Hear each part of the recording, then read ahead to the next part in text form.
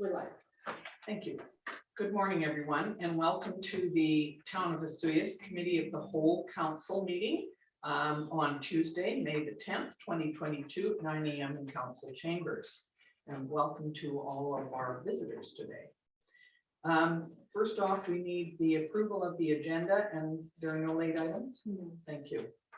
Councillor King, Councillor Rhodes, all in favor. Thank you. And the adoption of some minutes, that committee of the whole minutes from March the 22nd be adopted.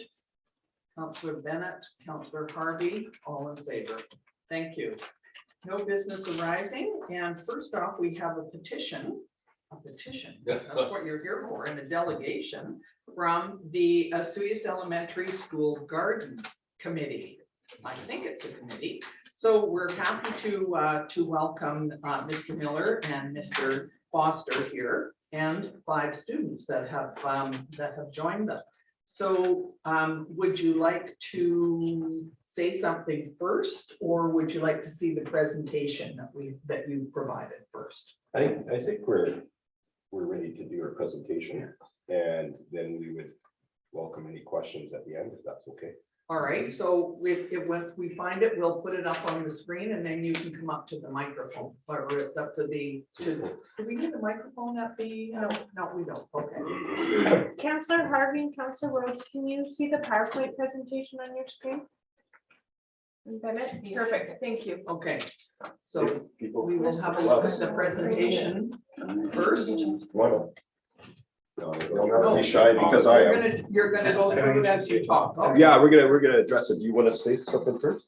I just want to introduce everybody. Well, they do that. They do themselves. Okay.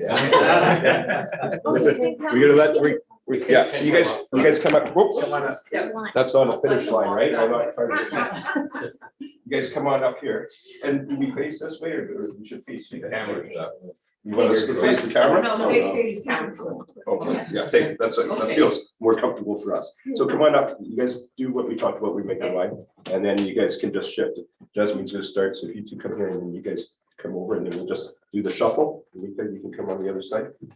Excellent. Oh, this is so that we have you on the screen, so you're on the camera as well, okay? Yes.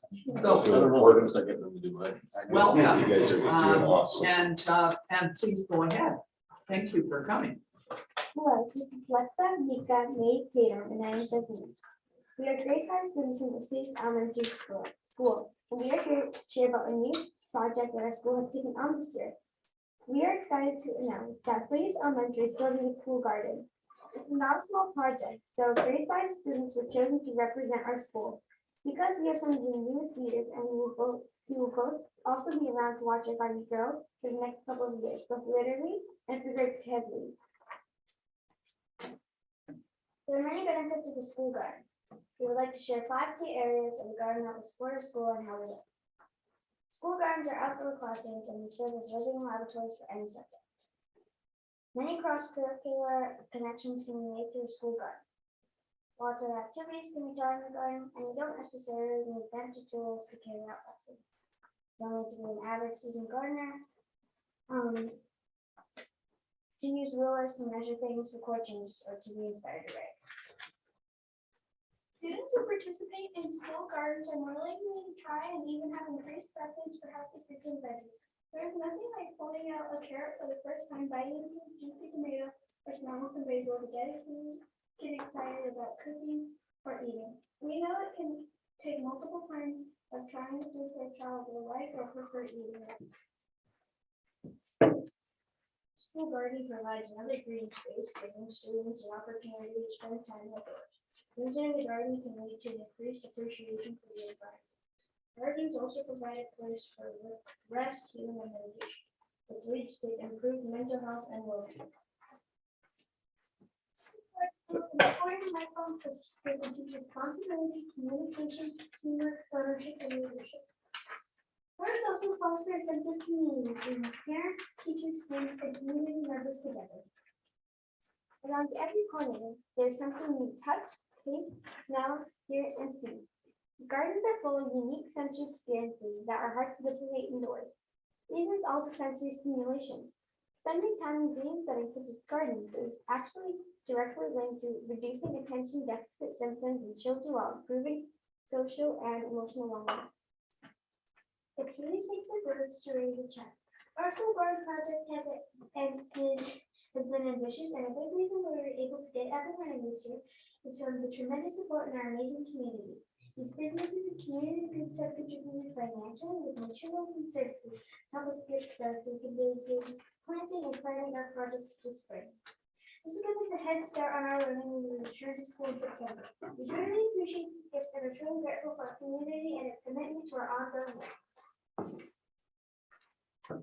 We are very excited about our new school garden and all the possibilities they will bring to our learning and school team. Our plan is to create a garden space that can be accessed by all students in our school. The garden will have 10 planting boxes with 2 boxes for the teaching box, with collaborative learning and secrets. Boxes will also be wheelchair accessible instead of fencing off the garden. A grant has been secured to find indigenous plants along the board, such as seal or saskatoon bushes. This will create a natural barrier to provide food from the areas and around the humans, while contributing to our reconciliation efforts. As our school garden becomes established, it will provide outdoor hands-on learning to complement our plants to provide social and emotional. They will help us connect information and providing opportunities to get our hands dirty with both food and encourage us to be active and make healthy choices about food we eat. Gardening eases society and regulates waste. It helps develop empathy and risk-taking skills. Our school garden will build ties between our school and community. As you can see, there are many benefits of a school garden, and we can't wait to see them. If you go back one slide, so you can see this is a picture of the south aspect of the school. And that's where the garden's going to be. And unfortunately, the planting boxes were built by McLean's Construction last Thursday. And so they're there right now. And then South Okanagan Concrete just dropped 6 yards of gravel. That's Dave just stepped out. Mr. Foster just stepped out to deal with that right now. So this afternoon, we're going to move the boxes around and get some people power out there. For grade 7s. We move the boxes around, and then this afternoon we're going to be filling them with gravel and leveling them out as we start the process. So, and then if you want to forward to the next slide, please. So listen, I get to talk. I promise it won't be too long. So I feel truly grateful and very lucky, blessed to be a part of the BC education system. I know Mr. Foster feels the same way. It's one of the top education systems in the world. There's lots of great things happening. The curriculum was recently revised, and it's focusing on core competencies and curricular competencies. So those are the skills and attitudes and attributes that kids need to be successful in the world no matter what. It's not so much focused on the content anymore. Content is important. We need to, learn and understand things, but it's more a delivery of these skills. And then one of the other things our school has been focusing on, and again, being part of Vesuvius Elementary is a truly amazing experience because there's so many staff that are invested, and not just teaching, all staff, support staff, everybody. We're all working together towards, adapting our learning to our learners and their needs today. So place-based learning is something we've been focusing on, and obviously being place is going out and look at where we live and being on the land and enjoying all that has to come with that. So submersing our kids in the heritage, culture, landscapes, opportunity and experiences. We just had a class going up the hill to Johnson Creek and spending the day up there on the land learning. And those opportunities allow for authentic, real learning experiences that allow us to go out and bring that back into the classroom. And one of the best things about it, it gives all our students, even our struggling and most reluctant learners, an equal sort of base. They all come with the same experience and information that we can then build and make our curricular connections back in the classroom. Place-based is more than that, though. It's also inviting the experience and expertise in the community back in. And we talked about, I was talking with Mika on the way over and Mr. Foster about the lake and what a amazing opportunity and how we should try to get out there and experience it more. And Mika was sharing about a water quality experiment he had worked on, and then water filtration. But then we were talking about the Water Society and having those people with their experiences come in to our school. So as much as it's going out, it's also inviting, and look at our community. We have a wealth of people here that have done so many tremendous things in their lifetime, and reaching out to them and bringing them back in. So place-based education is really important, and the school garden is just one more opportunity that's going to be right there, accessible to all of us K through 7. Thank you very much. You don't have to convince me. Yeah, I know, I'm in. I know, I know. I think that it's anything that you can do to make learning kind of incidental and exciting is really good. Yeah, Now, the right. Lake Water Quality Society, I know, would be very happy I to know. come in if you needed them. There's also the Okanagan Basin Water Yes, Board right. has a Yep. lot of information for teachers right now. Mhm, mhm. So that's a good one. I was at the school yesterday I know. and I did go out and have a look at the boxes. I assumed they weren't in the right spot, so. Yeah, we have a little shuffling to do. Yeah, so you're gonna set them on the grass and fill them partly with gravel first to, and then add the dirt on Yeah, top. so we'll level that up. We have to level the Yeah. boxes Okay, and Yeah. place them in their spots. That's what we're Yeah. hoping to accomplish this afternoon. okay. Yeah. Well, I think it's a great idea and I'm hoping to be invited for salad or something. Oh, yeah, I think we can probably do that. Enough of these things ready. I think we have one more slide though. Oh, absolutely. Go Yeah, ahead. yeah. I'm sorry. Yeah. This is why we're here. Please give to us. Yeah, this is the most important one. Mr. Miller and I were talking yesterday about this. Yeah. We've already had a discussion. We had a little Go chat ahead. about it. Yes. Yeah. Go ahead, Alexa. Thank you. I said I wasn't going to talk too much. We appreciate how the town of Sawyer and you, the town council, have generously supported our community and school in so many ways. We are grateful for all you do. As our garden begins to take shape and classes start to spend time in it, we will need supplies and equipment to reach our ongoing learning goals. We are hoping that the town of Osoyoos will consider making a financial donation to help us purchase the equipment we will need to tend to our garden and make the most of this wonderful learning opportunity. We also wondering if we would be able to have some compost to help fill our garden boxes so we can begin our growing process. Thank you for your time. Thank you. No, that certainly is something. So there's two asks here. It's the compost from the landfill. And we could certainly look into that. Sure. I'm not sure how much there is, but Mr. Brownstein would have all the answers to that. And you're looking for some money in order to purchase some of the tools that have been mentioned here. Okay. All right. So we would have to make that decision after, but I'm Yes. going to open it up to any of our counselors to see if any of them would have any questions about. For this. sure. Go ahead, Yeah, Counselor thank you, Kane. Madam Mayor. Great presentation. It's always great to see younger folks talk to us. I guess you need that compost maybe tomorrow after you get them leveled, or how soon do you need the compost? Not quite. We need to put some type of preservative on the wood Okay. before we start filling it, just so we don't want it to rot. So your timeline is about when for? Next week. Next week is, yeah, Mhm. because the plan is so again, talking about inviting expertise in. So Maggie Fontaine, Mrs. Fontaine's a teacher at our school, and her husband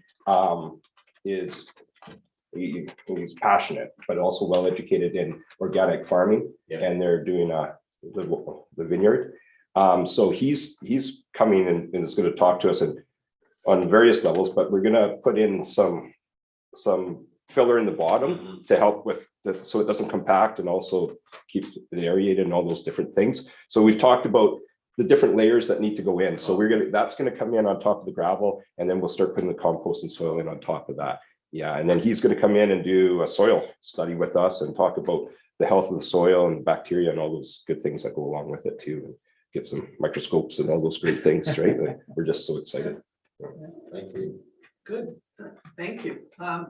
Any other council we have 3 of our counselors are on the screen here today, so that's why I'm just checking with them. Do you have any idea of what, you've got money from other agencies, I'm assuming as well? Mhm. You didn't have a figure in mind, or are you leaving that up to us to try and sort of? We don't know the cost of the soil. and Yeah. the Compost, that's certainly gonna be quite a big expense. Well, that's It is something that not we really- might be able to look into. So Yeah, I think we we get have some support with that. Yeah. Mm, Yeah, I know, and we know that lots of people are coming in and asking too, and so we know how to share. So so whatever you can contribute, we would be greatly appreciated. Yes, thank you. Okay, do any of our directors have anything go ahead, Mr. Brownstein? So the supply of our compost is not a problem. Okay, I'll just, before you guys leave, I'll give you all my cards. Sure. Just shoot me an email when you're expecting me to want it and how much. One thing I do recommend with our compost is that you get topsoil as Yeah. well, and some good high quality topsoil Good quality. that lasts 4 or 5 inches. Just to give you some better looking material. They're Yeah. pretty grainy. yeah, no, that's fine, and we kind of suspect, well, it doesn't sound critical, but we understood that, and that we do have a process that we're for that, and we have a plan for that last bit of topsoil too.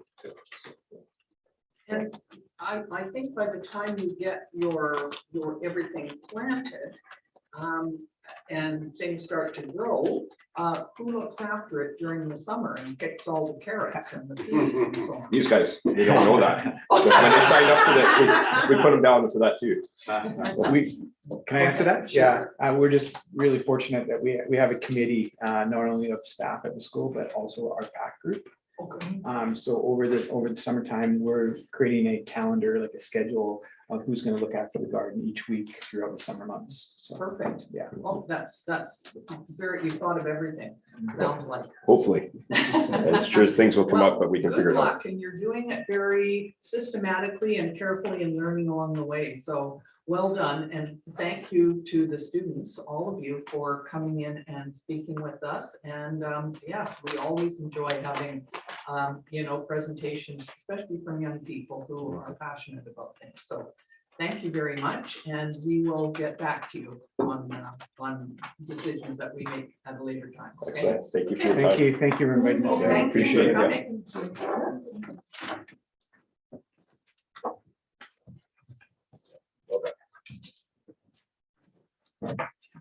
Okay, we will now go on to staff reports, and the first staff report, community services quarterly report from January to March.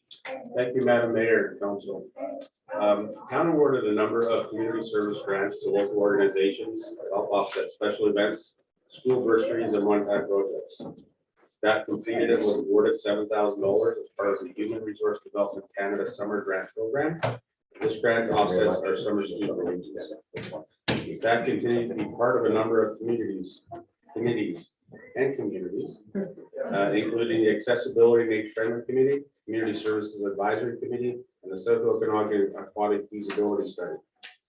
Community Services developed a recreation program and services survey, and with that, we had 154 respondents. The spring program and activity guide was completed and circulated to the community. We processed a number of special event applications, including the Easter extravaganza, which was held at Gyro Park this year. A request for proposal was released for the park washroom renovations, but we did not receive any bids, but we are still working with a contractor to complete this work. We were pleased to welcome back Teresa Craft as our part-time front counter attendant. We would like to announce also the retirement of Michael Douglas and Tom Smith. Mike and Tom has been at the Sun Bowl Arena for many years and will be missed by the patrons, user groups, and his fellow employees. We wish them good luck and congratulations. In terms of programs and special events, we hosted a new activity for the Family Day at Gyro Park. Good turnout, even though the weather was inclement, and kudos to all the volunteers and special thanks to the fire department. Due to highway flooding and highway closures, we did experience a few cancellations at the Sun Bowl Arena, but minor hockey and private rentals, increasing lessening the impact. Public skating, senior and tot, and shinny hockey were sponsored thanks to the Rotary. The Coyotes were the KIJHL regular season champs, but unfortunately didn't go too far in the playoffs. But kudos to a great year. Our vaccination clinic continued at the Sonora Community Center. Interior Health offered vaccinations 1 day a week. They also utilized the Sonora Community Center for administrative purposes until they had another site established, which they are in as we speak. Pinnacle Soccer started April 2nd at Kinsman Field. We have processed a number of memorial benches to be installed this spring, and there's been a number of older benches removed due to their unsafe condition. We hired 2 new fitness instructors, one for belly fit and groove it, and another for personal training. We started to offer early morning classes, early morning access to the weight room for members from 6:30 to 8:30 a.m. Monday to Friday. New spring programs, learn to mountain bike, belly fit, and gardening programs for preschoolers and children were part of the spring programs. South Okanagan Minor Hockey Association hosted the U15 Tier 3 Provincial Championships at the Sun Bowl Arena. And our adult slow pitch league started April 4th at Desert Park.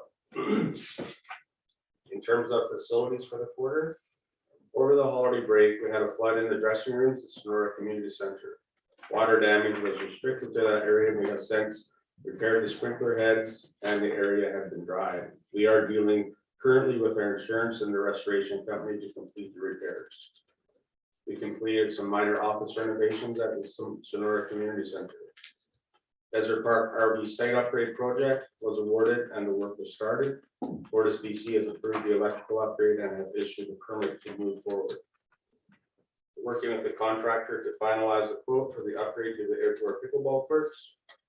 We held a number of Zoom meetings with the arena employees to review the operation of the Real Ice program. With the cancellation of a couple of minor hockey tournaments, we did not have the opportunity to keep the ice at the required thickness to promote the most efficient results. Overall, the program is working as it should be. Desert Sunrise Marina opened on May the 1st. Most active slipovers have registered and paid their seasonal fee. And in summary, it has been another busy first quarter. We have endured COVID-19 and are looking forward to an exciting spring with many projects and new programs on the horizon. Congratulations to our longtime employees from the Sun Bowl Arena, Michael Douglas and Tom Snook. Michael has been with the town since June of 1993 and Tom since January of 1994. We would like to pass on everybody's gratitude as it has been a pleasure working with them both. I wish them good luck. Thank you very much. Mr. Davis, you said the marina opened, it says in the report April 1st, and you said May 1st, is it? April 1st. April 1st, okay. Thank you very much, I thought so. Any questions of Mr. Davis? Good, well, thank you. We'll now go on to the corporate services report, Mrs. Hilton. Thanks, Madam Mayor. So in the first quarter, there were 6 bylaws adopted. Probably the 2 biggest ones would be the 5-year financial plan and the official community plan amendment bylaw was adopted in the first quarter. Committees, the deputy corporate officer set up templates for committee meetings, and we have been working with the different department support staff to ensure minutes are standardized within the organization. The parcel tax roll review panel met on March 29th. There were 2 virtual public and in-person public hearings held in the first quarter. Moving on to bylaw enforcement, the town employs 2 full-time bylaw enforcement officers. There's a schedule with their number of interactions with the public in the first quarter. Other projects that the bylaw enforcement officers were working on in the first quarter were removing abandoned bicycles that have been picked up by the town in the past few years. The bylaw enforcement officers have been busy dealing with complaints of short-term rentals. They've also reviewed areas in the town where they felt there was inadequate signage and have put in a service request into the operational services department. They have been hand delivering notices for public hearings, also deliver notices to various hotels and motels to educate guests about our paid boat trailer parking lot. They've delivered notices for the boundary expansion project and working with property owners to remove graffiti from structures and buildings throughout the town. In the first quarter, there was 1 FOI request, which is down from the first quarter in 2021, which 7 were received. So all of the one FOI request has been responded to by our department. In the first quarter, quite a bit of my time has been spent on human resource matters. During the first quarter, there was 17 job postings. Probably some of we have the CAO, Deputy Fire Chief, and looking for summer students currently.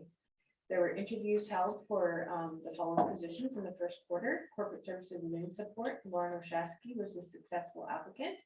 Community Services Assistant, we posted that twice. And most recently, Teresa Kraft was a successful applicant. Fire Department Admin Support, Dorian Wilczynski was a successful applicant. Senior Accounting Clerk, temporary full-time was Nelia Morera, successful applicant. And the Leaf Clerk, Kathy Hescroft, was our successful applicant. Rick Tayel was held as the town's bylaw enforcement in January 2022. Mark Coyne, who was a Corporate Services Admin Support, resigned from his position in January 2022. And Lauren Oshasky replaced Mark in January. Congratulations to Hilda Reimer, who gave her notice to retire as of January 2022. Hilda was a long-time relief employee who worked in the town in each of the town's departments in a relief capacity for the past 10 years. Staff have begun working on the implementation of the Megafinch HRIS software, which will enable the town to manage our human resource functions, as well as moving to electronic timesheets. Under occupational health and safety, the director worked in consultation with other directors for the town's COVID-19 safety plan, and it was posted on our internal external notice board. The town of Vesuvius OH&S consultant provided a prevention of violence and conflict management webinar or workshop to frontline staff. And the consultant also provided the town with a list of recommendations that have been taken to management, as well as the Joint Health and Safety Committee. They also reviewed the confined space program and quarantine handling procedures with the Operational Services Department. So professional development, the Director of Corporate Services attended a Principles of Health and Safety Management, along with the Leadership for Safety Excellence course that were offered through the BC Construction Safety Alliance. The Deputy Corporate Officer has completed the fundamentals of local government corporate administration through Capilano College. I also attended a webinar on disability management offered through UBCM. And all town staff who use the town's network computer system completed a cyber awareness training, which was offered through NIABC. And as mentioned earlier, the town is the first municipality to join NIABC's cybersecurity training program. Insurance, staff renewed the liability and property insurance in January 2022. MIABC provided the town with liability insurance and town's property, business interruption, and crime and accidental death and dismemberment. In the first quarter, the town has received 2 liability claims, whereas one's been forwarded to NIABC, who handles all claims for the town. And one claim from 2013 has been closed by NIABC. We had no land issues to report in the first quarter. And leases and agreements, the Deputy Corporate Officer and Corporate Services Admin Support have been working on ensuring all leases and agreements are filed on the town's record management system. And the Director of Corporate Services and Director of Financial Services are currently working on completing the 2022-2023 funding agreement with the Community Safety and Crime Prevention Branch for Victim Services. Council appointed myself as the Chief Election Officer and Amy Robinson as the Deputy Chief Election Officer for the purpose of conducting the 2022 general local elections. The Director and the Deputy Corporate Officer attended several meetings with the Chief and Deputy Chief Election Officers with the Town of Oliver, Village of Carameas, RDOS, and School Board 53. The Director and Deputy have also attended election webinars that have been put on by LGA. Reception, there's a breakdown with the number of contacts that our support staff has had in person and by the phone. And starting in the second quarter, council will see stats on email as well, because that is a main function of that position's job. So the Corporate Services Admin Support has been dealing with the following projects. So placing job posting events and other notices on the town's website. There was numerous early and gray water requests, drafting e-news, supporting the Director and Deputy Corporate Officer, as well as the bylaw officer, and records management and general mail. Under records management, the Deputy Corporate Officer and the Corporate Services Admin Support have provided training to new staff members on the town's computer and records management system. And just most recently, the Director of Corporate Services and Deputy Corporate Officer have initiated an Administrative Clerks Committee for frontline staff. The purpose of the committee is to bring frontline staff together on a monthly basis to answer questions on records management practices and to bring up concerns and to enhance customer services to the public. There's a breakdown of the Dictum Services calls for the first quarter. And this is from the Dictum Services Program Manager that these were slower months in terms of new referrals, but we're very busy with existing clients and preparing clients for trial that have been delayed due to the pandemic. The first 3 months of 2022 were much busier with the new intakes, and the program is running approximately with 180 files open. And for transit, the Director of Corporate Services and the Director of Operational Services met with a representative from BC Transit to review sites and signage at the existing stops around the town. Staff provided feedback to the BC Transit representative of the location of existing sites and discussed future expansion of the transit network. That's my report. Thank you very much, Mrs. Hilton. Thanks to our corporate officer and our deputy corporate officer for all the work that they do. Obviously keeps you busy. Anybody have any questions? Go ahead. Yeah, thank you, Mayor. Just a couple of questions on traffic violations for warnings. Is that like people just double park or park? Double parked motor homes. I know they can't really give out tickets, so are any of them referred to the RCMP? They can give tickets that are on our streets. Yes, they can. Okay, Normally they're trying to be proactive, so they'll leave a message, and if they go back the next day or within how many hours, then they will ticket. okay, another question. Dogs at large, does that mean they're off leash and someone's with them, or they're just running around the middle of nowhere? Well, let me tell you that myself and the deputy have picked up we picked up 3 dogs in the last 2 weeks ourselves. So there are many people with dogs at large running around in the town. So And we hold them somewhere, I presume? yes, we take them to the town, yes, and the owners have. So we just recently changed the bylaw in 2021. So the first time is free, and then after that, we pay a fee for having your dog at large and your dog impounded. But we do currently charge them. There's the maintenance fee, so for the bylaw officers time to go up and feed them. So do most dogs get picked up, or do you have to send them somewhere Most else? get picked up, yes. Okay, last question. On permanent signs, do people actually come in and get a permit after they've been talked to, or they just take the signs down? Well, bylaw has got this. I think they've been pretty successful with removing quite a few signs, but Director McKay can answer about that. Thank you, Director Hilson. Thank you. It's a great question, Councillor King. We do have a lot of unauthorized signs popping up around the community. It seems to happen more so, of course, in spring. Yeah. And people get pretty excited about summer coming in, wanting to advertise their new businesses or existing businesses. So we try to stay on top of it, but most people comply when it's requested to do so. Last question, what are miscellaneous violations? Probably anything that doesn't fall under that court That would category. be a good answer. Yes, I do know that the bylaw officers are also looking to revamp The report? the report, just to have it a little more specific, especially with the parks. Thank- As we'll see them in the parks this summer, so they'll have that broken down a little bit more. Thank you very much. And could I ask, I know that you've been advertising for parks help. We haven't received any. We have not, so this will be a plug. We desperately need suits and we need, Wow. Yeah. Because I have a feeling that we're going to see quite a few people here over the summer, and I certainly hope we get some applications for that, because I think it's needed. Otherwise, we'll all be out there. Thank you very much. I'm just checking to see if Councillor Rhodes, Bennett, and Harvey have any questions. Make sure you wave at me if you do. Okay, thank you. Next is our Suez Fire Rescue. Go ahead, Chief. Thank you, Mayor. Mayor and Council have the Suez Fire Rescue quarterly report from January 1st to March 31st, 2022. Does Mayor and Council have any questions in relation to the report? I didn't have anything that I needed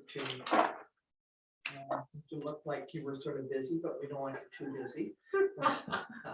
Very high level, I just wanted to illustrate three things. Under emergency response, we have 16 false alarms, with another 3 that actually resulted in fire alarm activations, burnt popcorn at the high school, for example. The fire alarm activations is something that trends to be about a third of our call-ins. And in most of these cases, about 90% of them, it's contractor in the business or the site that is actually triggering the alarm. And after repeated attempts to try to educate, then of course there's the fine that we issue. Training, we ended up with 4 very eager paid-on-call firefighters going towards their interior service level to their exterior levels, or sorry, the other way around, exterior to interior. And that kind of forward action has grabbed another 5 people that were on the fringe to encourage them along too as well. So this year we'll see 9 members of the Osoyoos Fire Rescue in the next couple of months here working towards their 1001, which means that almost all 32 of our paid-on-call volunteers are 1001 certified. We have another 4 that are going through the process as we see right now. And the summary, just going through the drug codes. We had drug codes that were reminiscent of last year. The weather in the last week or so has kind of changed that for the drug codes. I would like to remind everybody that have properties that they look at the Fire Smart guidelines under Fire Smart BC and start treating their own properties to make sure that they can keep them as safe as they need to, unless of course you want to be responsible for burning your own home down. So that's the report as I have, Mayor. Thank you. Do you do any like education things at the fire hall for homeowners? Because I know it was talked about at the regional district, Fire Smart. It's a big topic these days for sure. So I'm just wondering, is that available, or is that something? How do you go out and see homes and say, have you thought about this, or is that part of your job? Thank you, Mayor. We take it by a case basis. If people want us to come out and do an audit and do that. That is generally the job of the fire prevention officer or the deputy chief in charge of fire prevention.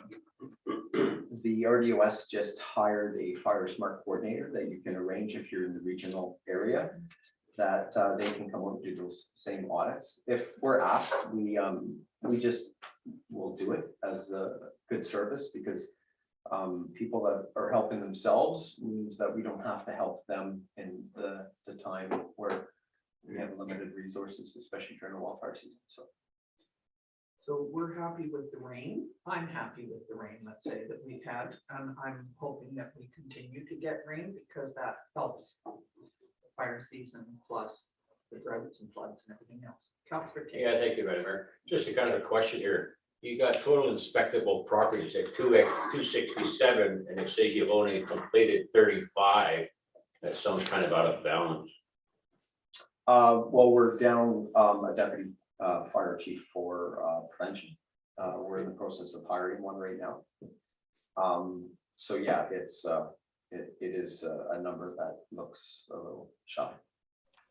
When you say satisfactory items, that means like there's 5 or 6 items in a building you got to inspect, like that's 960.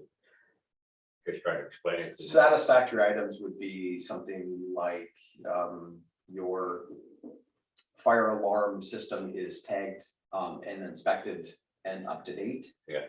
Your emergency lighting systems are functional and working. Okay. Those are items that are tagged. When we pull our stats, it's one of those items that walks out into the report. Okay. Councillor Harvey. Yes, thank you, Madam Mayor. A question, you talked under, I think it was under training, that you've got 32 paid on call members at the moment. I'm just wondering, staffing, is that the full complement? Is that kind of where you want to be, or are you still light in some areas? You didn't talk about it in the report.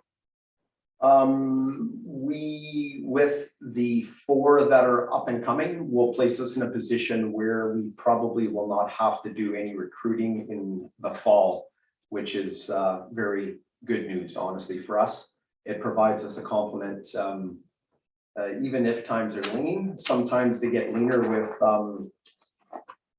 May long weekends or Canada Day long weekends where, because we're paid on call, people tend to navigate outside of our community, but we also have plans that cover that for duty weekends as well. So right now, it's good news. We might not need any more volunteers after the next batch of 4. Great, thanks. Thank you, Councillor Harvey. Anything else? Okay, thank you very much, Chief Fortmeyer. And operational services, Mr. Brownstein. Thank you, Your Worship. Quarterly report from January to March 2022. Broken it down into utilities, public works, and capital program, as well as just general operations. Utilities, during the off season is actually probably one of our busier seasons in regards to maintenance. Just some key things that we did deal with over the first quarter was the main wastewater pump station. Did some major maintenance to that facility. We pulled both screen drums, did some repairs to bearings, cleaned them, greased everything up for the upcoming season. And the other one was Quail Place Water Main Works. As a result of a service leak, we had to go in and do some water main reconfiguration, provide temporary services to about 6 properties, and we will hopefully be in the next couple of weeks to resurface them via water main affected properties. Public Works, as you guys have seen around town, the sweeper has been busy. We did do our initial pickup over the month of March, but we continue to sweep the roads and keeping them debris free. Seasonal spraying program. Our park maintenance specialist has been down on Main Street up in the air in our new aerial units, spraying soap all over the trees downtown, keep the aphids down. Again, prevents that honeydew and the stickiness all over the sidewalks and vehicles and etc. Capital program, another busy year. Total of 57 or 54 projects, totaling approximately $8.9 million worth of upgrades. 1.7 of that will be committed to the water treatment plant should we be successful in grant funding. Long list. Again, we're slowly getting through it. A lot of this is in preliminary stages, discussions with consultants, getting RFPs out, etc.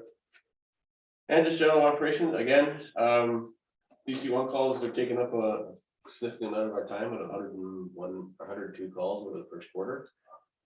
Service requests at 76. Again, the service requests are everything from water quality concerns to utilities, service repairs to potholes to everything else.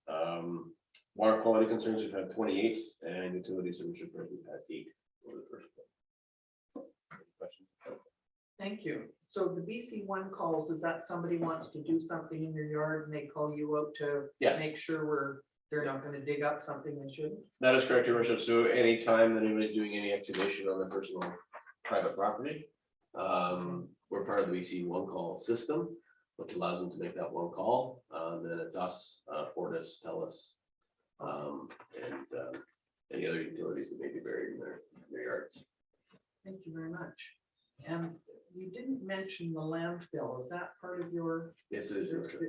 Is there, what's going on out there? Are we, and I think we were replacing a few things. Has that been done or not? That is not complete, so that is not why it's in the first quarter report. So we are in the process of getting that new scale installed. The ramps and footings have been completed. I'm still waiting on the office trailer to arrive and be set on the foundations and the new scale be placed. Hoping for operation by mid-June. Thank you very much. Any questions? Oh, go ahead, Councillor Bennett. Thank you, Mayor Ricardo. Jerry, just a quick question about the dog park. On the weekend, I had some people call me and they were quite concerned. They sprayed something on the gravel and the lower, and people's dogs are walking in it and jumping in the vehicles and getting in their upholstery. And some people are kind of worried about what it was getting on the paws of the dogs. And there's all kinds of rumors of different stuff, and I don't know if you're aware of it, but I just thought I'd pass it on to you because you probably get some calls. I'm not sure if that's you or Andrew, but Thank you, Councilor Bennett. That was actually our dust control. So that is calcium chloride. So basically a salt-based product to keep the dust down. Basically what it does is it takes moisture out of the air and moisture out of the gravels and keeps the dust from being suspended in the air. So we've done this yearly now for the last 2 years. Again, keeps the dust down in the summer and provides for the lack of other phone calls. okay, so now I know what to tell them. Thank you, Jared. No problem. So it's not dangerous then, the Nope. dogs? Okay, good, thank you. Guess that was it.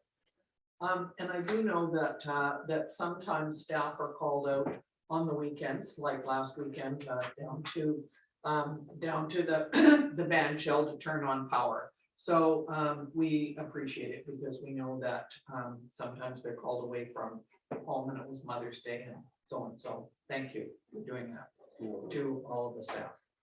Okay, next is the, planning and development report. Ms. McKay and Leah's here too. Good. Thank you, Mayor Cordova. So of course, as you can imagine, we've been very busy again during the first quarter of 2022. We respond to a lot of development inquiries. It's interesting to start to note some of the patterns on those inquiries. Of course, potential uses for downtown properties continues to be a hot topic, as is, of course, conversion of motels and hotels to residential use. Council may be surprised to learn that those inquiries come in large part from existing business owners and operators looking to options to house their staff. So that is obviously always a hot topic in housing, as is, of course, the short-term rental situation, as mentioned previously by Director Hilson. Carriage homes, laneway homes, and short-term rentals are big topics, especially carriage homes and laneway homes, sort of hot on the heels of our conversations with around the OCP development. Development potential for the last few multifamily zone properties. And there are only a couple of properties left in the entire community that have yet to have either a project on them, starting on them, or something coming to council in the near future. Big time projects are, of course, the official community plan. At the time of this report, of course, it was approved, but during the first quarter, council was looking at some second news amended reports. We continue to work on policies around busking, filming, and a new land use procedures bylaw. A lot of this work has been done, of course, by our planning technician, Leah Curtis. And those will be brought forward following the appointment of a new CO, or as may be directed by our acting CO, Mr. Jim Zackel. With respect to boundary expansion on the east side, the Highway 3 and 62nd Avenue properties, staff are continuing to work with the province on that. We have had some recent conversations with the province where they asked us for some additional information, inclusive of some information from our Director of Operational Services, which he's working on that now as well. So development projects in the first quarter, of course, all of the building permits for all phases for the villas at Peanut Lake have been applied for, and they're all prepared and ready for pickup and planning and development. Metal Art Phase 2 installation of services happened in the first quarter. If you head out there now, you notice it's actually been paved. Metal Art Phase 3, again, the developer is working on the list of requirements to complete the subdivision. Lobelia subdivision is almost ready to sign the plans there. Again, Olympic View Drive, that's the ones that have the mixed single family and duplex units. That's sitting at third reading. I'm going to be coming forward to council very quickly as they made their deposits for the works to extend the works on our property to accommodate that strata development. The Lakeshore Drive condominium complex is well underway. If you head over there, you'll see that the footings are in for the first two buildings. KFC building permit was issued in March, and that project's well underway, as is the jewelry store on Main Street, which construction completed in the first quarter, and they're just doing the interior works now. And then, of course, council approved the new multifamily development project on 89th, and we held the groundbreaking ceremony at the Assist Airport site. And thanks again to those members of council that were able to attend for that exciting day. Economic development, the new applicant, one of the applicants has a new restaurant open on Main Street. That's Mixed. For those that didn't know, that's an applicant through the BC Provincial Nomination Program, the Entrepreneurial Immigration Program. And then a second applicant is preparing to open their restaurant as well. Food trucks. So again, thanks to the planning technician, Leah Curtis, for her work on that. We have secured 4 food trucks for the summer, with others looking for locations right now. Director Brownstein will be happy to note that the mini donuts is in place again. And ice, you noticed that already? The ice lab will be coming back to Gyro Park. Yamato will be in the square, District Plaza. We're looking also for a hot dog truck that's looking to locate there as well, so that'll be nice. And then I Love My BFF, which is burgers and French fries. They're going to be located this year at the Waterslide property on Lakeshore Drive. So they're one of the first food trucks that we're having located on a existing commercial property. So we're hoping that that'll turn out really well. Of course, business development inquiries and licensing continue to keep the team busy. We did have 22 new businesses or new business owners received their new licenses in the first quarter. And again, there's very few vacancies for commercial property. So we are receiving inquiries for people looking for space, but there's almost nothing left downtown and elsewhere. There's a couple of businesses that have moved and shuffled around, and new businesses are coming in. So very exciting. Keep your eyes on downtown and the surrounding area first. First quarter building permits, around 28 building permit applications were processed, including 5 new single family homes. And that's kind of exciting given that in the first quarter, the weather was still not that great. New commercial kitchens and alterations, as well as swimming pools. And those are fairly typical exterior renovations and site services and that kind of thing. And of course, a couple of sign permits were issued by the building inspector prior to his early departure. I guess that's it for now. And of course, we continue to be busy and we're having a good time over there. Thank you very much. Thanks. Councillor King. Yeah, thank you, Madam Mayor. Great work. I understand you're really busy. Hoping you get some time off to enjoy life also. I see they're paving up at the airport. It's kind of exciting from my point of view because I live up in the neighborhood.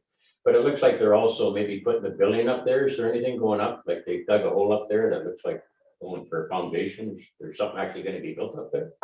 Thank you, Councillor King, through the chair. No, but they are preparing to install the fuel services.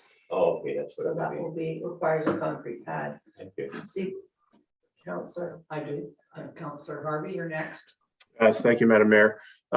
With the recent adoption of the OCP, can you tell us the timeline plan for the zoning bylaw to bring it in harmony with the changes that we've made? Yes, thank you, Councillor. That's a good question. So we were exploring the opportunity of preparing a request for proposal, but with the acting CEO's blessing, we're hoping to move towards a request for qualifications process. And the request for qualification process, which is different than RFP, is when you do a request for proposals, interested firms would prepare an entire proposal of how they're going to prepare your zoning bylaw, for example. A request for qualifications means that we'd sit down and review the submissions for teams that have the qualifications to prepare the zoning bylaw, again, for example. And then we would make a selection and we would prepare the work agenda with that team, in conjunction with that team. It's just a different way of moving forward with it, because what ends up happening is teams that prepare an actual proposal spend a lot of time, effort, and money preparing their proposal. And what my experience has been is that money ends up coming off of sort of the project money at the end of the day, because they need to cover the the actual cost of preparing those proposals. So it's something I was gonna bring up with the management team during our directors meeting tomorrow. So when do we anticipate that, a new zoning bylaw? We anticipate the new zoning bylaw process to start this early summer. It's going to take a year minimum. Thank you. Are there any other questions that anybody has? Okay, well, thank you very much. And I believe that we have come to the end of our meeting today, so Councillor King. Terminate. He likes to terminate the meeting. Councillor Harvey, you seconding that? Thank you very much. All in favor? Thank you, everyone. See you at 1:30.